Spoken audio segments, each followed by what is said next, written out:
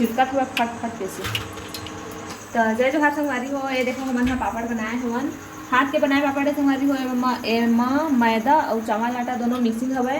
तो एमन हा पापड़ बिना खाना नहीं खाने से नहीं हवे। तो अभी मैं बनात हूँ पापड़। तेल सब संग गरम ही हुई, एक ठा डाल के देखे रही हूँ तो फट फट करत रहूँ। स्पीड ला बढ़ा रहा था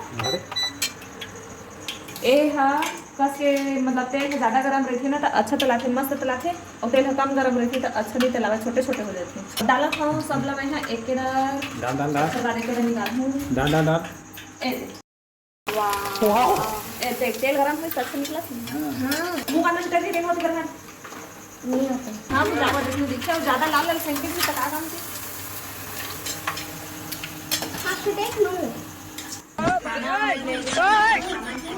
दे संगवारी हो, दे सकत हो हमार पापड़ एकदम सफेद सफेद, मैदा से भी सफेद दिखत है और चावल आटा है लग और क्रिस्पी बना दे हवा मस्त है ना।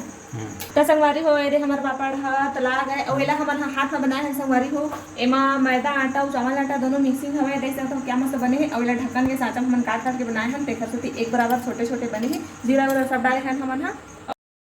हाँ तो आप मन कमेंट करूँ तो हमन है रेसिपी आप मतलब बना के बताबो संगवारी हो। तो अब हमन जाथन खाबो।